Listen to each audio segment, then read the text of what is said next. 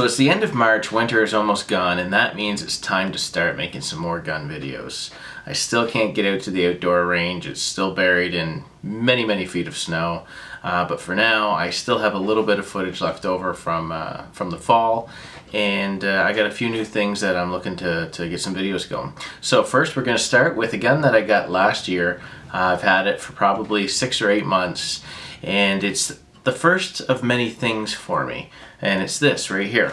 This is my Glock. It's a 22 Gen 4, and it's a 40 Smith & Wesson, and it's a first for me in a few things. It's the first polymer frame gun I've ever owned. It's the first striker fire gun I've ever owned, first Glock I've ever owned. It's the first custom gun I've ever owned.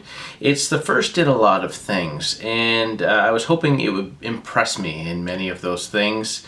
And I gotta say, I'm really on the fence. I can't quite make my mind up whether I like it or not. And there's a lot of Glock fans out there, and I'll just show you, I guess, you know, no magazine, empty, all that important stuff. So I got this one used. It was a trade. I traded actually my Gearson Yavuz, which is a 9mm. If you haven't seen that video yet, check out this gun right here. It was a good gun too, but I had my time with it and traded on for something else. So I traded for this, the Glock, and you know, this one's a little beat up when I got it. I don't think the deal turned out to be quite as promising as I thought it was going to be. You know, so it has the polished slide on it. It has the tan paint, which I found it was actually just somebody just painted it on. It actually didn't come this way. And it actually has like a full chrome barrel and a few things. So it's a kind of a cool looking gun, but I got tired of that pretty quick. So, you know, I'll just get into some of the things I like and dislike about the gun right away, because there's actually quite a few things on both sides of the spectrum there. The first thing I really liked about the gun when I first took it out and held it up was the sights. And there's really cool kind of a U outline on the back sight and the white dot on the front, and when you line it up you do get a really nice sight picture. And a lot of guns have just, you know, slapped on back sights, slapped on front sights, and they're nothing special. And to actually have someone that puts some thought into how they set up their sights, I really like that. I also like that it's a striker fire gun. There's no hammer, there's no toggle safety to deal with.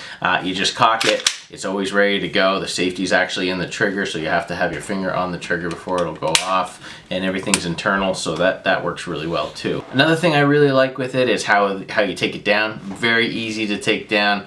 Once you fire off the trigger, then you just push down this little thing here on the side, and the whole top just slides right off. That easy. I mean, that's pretty easy, that you just push down a button, the whole thing comes out, and there's all of your bits in the slide. And this piece here, this little frame, is so light. It weighs like a pound. There's nothing to it. That's pretty cool. You know, that's why people like the polymer, is the lightweight. Personally, I'm not sold on polymer for handguns yet. I like the weight of the metal frame guns, but you know, that's a discussion for another day. If you think taking it down was easy, how about putting it together? All you do is slide it on. There you go. I mean, that's pretty cool. All you do is just slide it on, rack it back, and it locks in place. So taking it apart, putting it together, very, very cool design.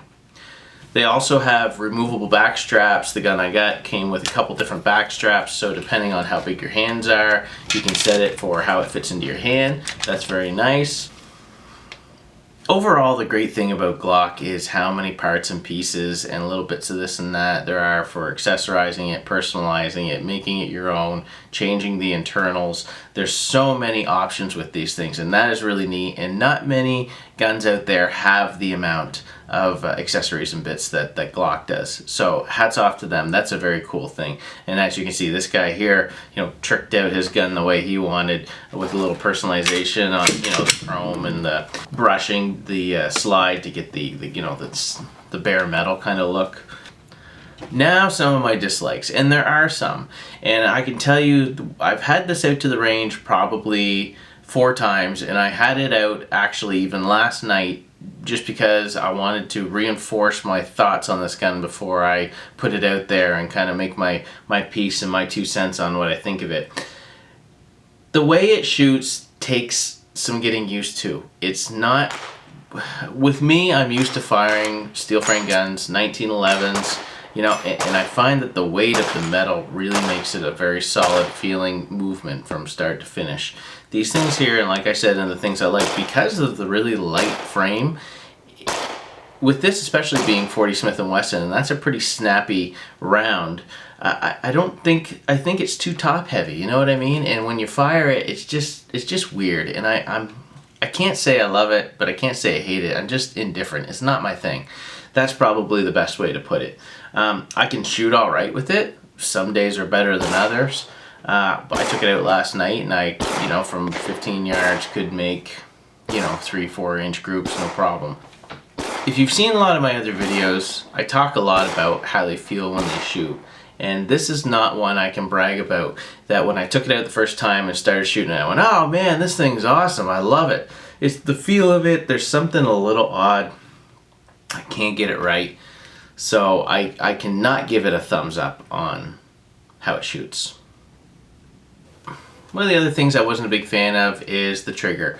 It feels kind of soft and squishy to me. The first, like, it's almost like a 2-stage trigger, and that first part of the stage just is a little soft and sluggish. And when it's kind of a weird plasticky snap, almost like a cap gun or something.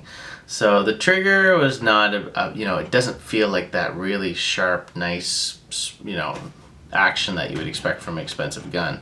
The other thing I can't really get into is the polymer frame. I don't know, I thought I would try it. It's the first polymer handgun I've owned. I have a lot of rifles that I've put in polymer Archangel stocks, and I really love all that stuff, but for some reason the handguns, I just love the metal frame, the heavy feeling, solid feeling gun, and these are just light, and they just remind me of a toy. It just makes me think of a toy, and I know some people love that, but it's just not for me. So if I could break the things I like and don't like about it into 2 simple categories, I love the functionality in the sense that, like, it's so easy to take down, the sights are great, you know, it's like the idea behind how it works is very cool. The things I don't like about it is how it shoots. And, you know, the trigger feels kind of wonky. I don't like the plasticky feel in the hand. You know, I can't seem to get the shooting as well as I want. It just, I don't know, the actual firing of it is probably more the side I don't like. So I'm not going to dismiss Glocks and polymers altogether. In fact, in the comments, give me your best polymer frame handgun that I should buy, and the one that's going to change my mind forever about polymer handguns, and I'd like to get it, because this one's just not for me. In fact, I've already started a transfer with somebody to get rid of this thing. So it's not that I hate it, it's just not for me.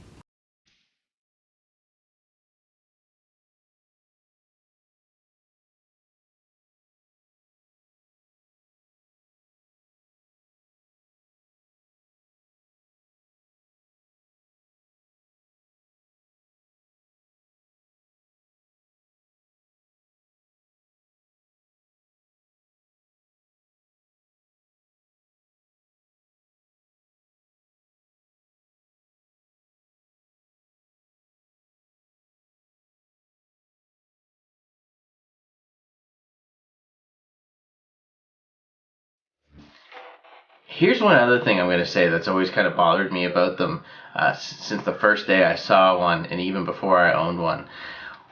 When the slide is back, the barrel is somewhat erect, if we'll say that. And I just find it very funny, you know, and I know it's all the design of how it loads, that the barrel actually tips down inside of it. I always thought it looks broken. It looks dumb. I don't know. That's just one of the things that's always bugged me about them anyways. So, that's being really nitpicky.